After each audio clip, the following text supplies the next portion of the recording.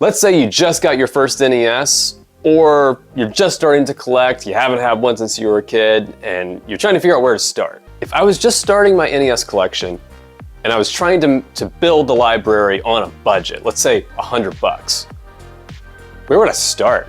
So this is my list. If I started collecting again today for this, and I only had $100, which games would I pick up? But these are just my picks. Your list is gonna be different. If you only had $100, which NES games would you pick up first? Let me know in the comments below. I tried to mix up my list and add a few games from a few different genres, so some of the games that you might expect to be on here might not make it. Again, just your list, yours will be different. Really quick, just for the prices of these games, I'm using price charting and loose versions. So if you were literally just going out and buying them from a game store and you weren't looking for a complete in-box or anything, you're just getting the cartridge itself. That's the prices I'm looking at here. Otherwise, $100 would not go very far anymore. Okay, let's dive in. First up, Super Mario Bros. 2. Some people might be surprised that I picked Mario 2 over the other ones, but there's something really special about Mario 2. All right, so you know the story. Mario 2 isn't really Mario 2. It's a reskin of a game called Doki Doki Panic that came out in Japan. And we got it in the United States because the original Mario 2 was deemed to be too difficult for American players. No, I think the original Mario, Mario 3, I think those two games are better than Mario 2. But for me personally, I'm super nostalgic for the second one. I mean, I'm nostalgic for the other two too. But definitely the second one. And the creative changes felt new and fresh. And it gave us a lot of the things that we think about as like quintessential Mario things today. For example, the game gave us Shy Guy and Birdo. And for the first time, you could play as different characters with different abilities. This core idea, Mario, Luigi, Toad having different abilities as characters, playing differently, has been reiterated upon in a lot of the 2D Mario games that came after it. One of my biggest complaints about Wonder was that it didn't do this. It kind of stripped away the differences in the characters, and it had a huge roster of characters. Anyway, that's a different conversation. Let's get back to Mario 2. A loose copy of Mario 2 is gonna cost you $21.63 in 2024. That makes it one of the more pricey games on the list. But we've still got $78.37 to go. For my second game, I'm going with one of the more common games for the system. It was actually given away for free. Dragon Quest 1. I could have gone with 1, 2, 3, or 4, but 1 is typically the easiest one to find, and it's the only one that I have complete in box. So before it was Dragon Quest, it was Dragon Warrior in the West. I think there was some sort of copyright dispute or something over Dragon Quest. So for the first few games on the NES, you'll see the Dragon Warrior name. The first 4 games are all great, and they form the backbone of what turn-based RPGs on the NES, and even the Super Nintendo to a certain degree, would end up being. Playing Dragon Quest today can be a little challenging, not because it's all that difficult, it isn't, but because of the controls. They feel really antiquated. Just for one example, you have to press a button and scroll through a menu just to walk downstairs. It's not the end of the world, it's not that big of a deal, but it takes some getting used to. I love this game. I think it's a great introduction to the series, and if you played Dragon Quest XI and got through that story, I think you'll really appreciate going back and playing Dragon Quest 1, 2, and 3 specifically, and just seeing the connections that were being made in Dragon Quest XI that you might have missed. So for Dragon Quest, again, just a loose copy, we're looking at $10.75. That means I've got a little over $67 left, and I've only bought 2 games. For my third pick, I'm going with Batman the video game. It's a side-scrolling beat 'em up. Hey, surprise, surprise. But I think it's one of the better ones on the NES. I used to play this game a lot as a kid. I loved Batman.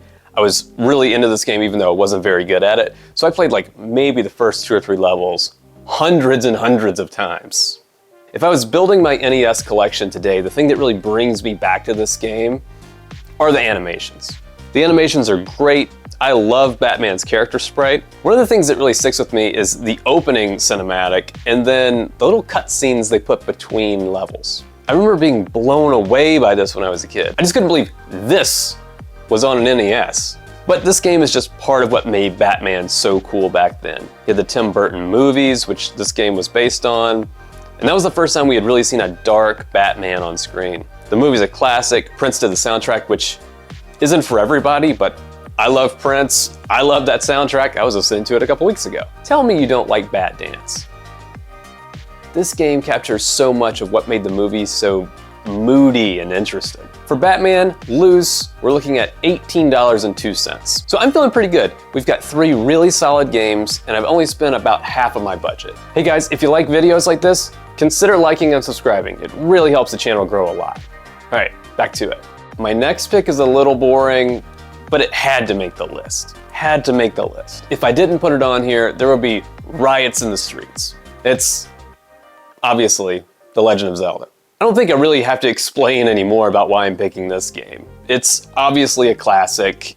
Everybody should play it. My copy is gross. Look at that. Ugh. Just in terms of top-down Zelda, I think A Link to the Past is probably the best one. But the first game captures so much of what we come to expect from The Legend of Zelda before Breath of the Wild. Finding items, fighting through dungeons, unlocking secrets, and the actual cartridge is gold. It's gold. It's gonna look great in your collection. Isn't that awesome? I love these like non-standard cartridges, and they only made a few of them. All right, I don't need to sell you anymore. You already know about this game. You've already played this game. This one's a little pricey though. Loose, we're looking at $31.76. Ouch. Even though this is a really common game, that price tag makes it the most expensive game on the list so far. We've got 4 games now.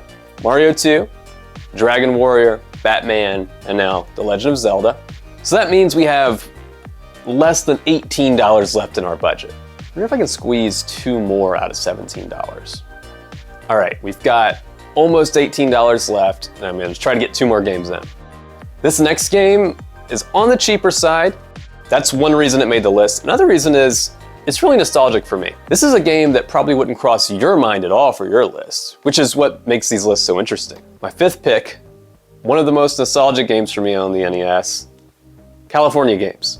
It's not the best game out there, but there's a lot of variety and some awesome box art. As the box art suggests, you can rollerblade, BMX, surf, skateboard, throw a frisbee, play hacky sack. There's just a lot here. Basically a collection of mini games. But the 2-player aspect is what makes this really fun.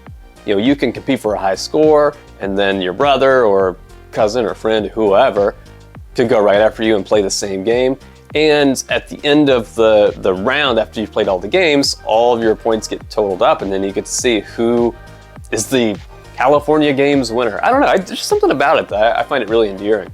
And generally, all the mini games are pretty fun. I could never really get the hang of the skateboarding game, the half-pipe game. These are the kinds of games that are really pick up and play. But if you want to master it, there's a lot to be learned. You can go in and practice each one of these individual events and really get good at that single event. The other thing about this game is, yeah, it's corny, but it's trying to capture so much of what the California aesthetic was in the late 80s. Now, obviously this isn't what California was in the late 80s, early 90s, but this is what people thought it was. And this game captures a lot of that, just that general feeling. The really good news about California Games for this list is that it saves us a lot of money. You can find a copy of California Games for only $8.47. Again, loose. So that means with 5 games in our collection, we have a little less than $10 to work with for 1 more game. My last pick, if I was rebuilding my NES collection and I only had $100, my last pick would be Teenage Mutant Ninja Turtles. Look, I grew up in the heyday of the Turtles. There was no way one of their games wasn't gonna make it on the list. And for my money, I think the first one is really fun. It's difficult, but it's really fun. Apart from just being obsessed with the Ninja Turtles, I loved this game back in the day because it played with so many different styles of games. Yeah, it's mainly a side-scrolling beat 'em up. There's also times where you get to drive around in the party wagon. And yeah, then there's the infamous dam stage. It's brutal, but it's also one of those really iconic Nintendo water levels. And it plays differently. So I've never actually beaten this game. I've gotten really far, I've gotten really close, but I've never actually beaten it. After going through and capturing some of the footage this week though, I think I'm gonna do it. I think I'm gonna focus on it. I picked up the Cowabunga collection for the Switch a while back, and it has this game on it, and it fixes some of the screen flickering and stuff that you see on the original cartridge. So I think that's probably the way to play. But again, if you're building your NES collection, you can get this one for a steal. So Ninja Turtles Loose is gonna cost you $10.60. And that's just over my $100 budget. Only $1.23 over, but still over. But you know, I think I could flip some couch cushions or check underneath the seat in my truck and try to find a buck to make up the difference. If I absolutely had to have it under $100, I would trade California Games with this. All right, so we're a little over $100, but not too bad. We got 6 classic NES games for $101.23. It's hard to believe that Zelda costs so much. I mean, everybody had this game. If I only had $100 and I was trying to restart my NES collection, that's my list of games I would go after first. But what's yours? Your list is gonna be different from mine. Let me know in the comments below. Thanks for watching, thanks for subscribing.